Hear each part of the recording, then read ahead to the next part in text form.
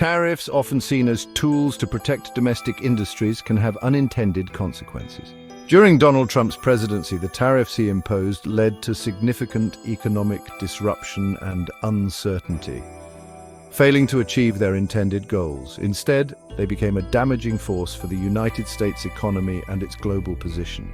The immediate impact of these tariffs was felt by American consumers and businesses.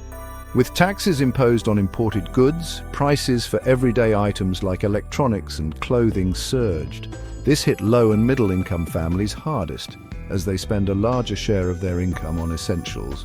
For businesses, production costs increased, forcing them to either raise prices or absorb the losses, both of which stifle economic growth. Small businesses, often described as the backbone of the American economy, were particularly affected.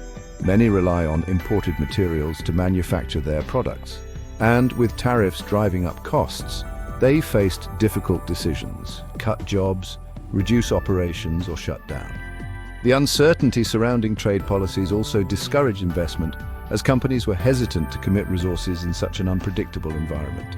On the global stage, the tariffs strained diplomatic relations and led to retaliatory actions from other countries.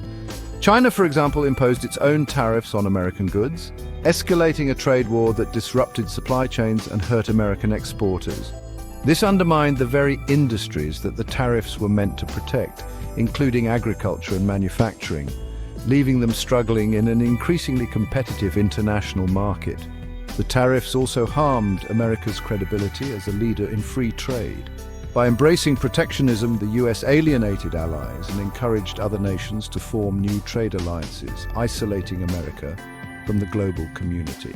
This shift not only weakened the US economy, but also reduced its influence on the world stage.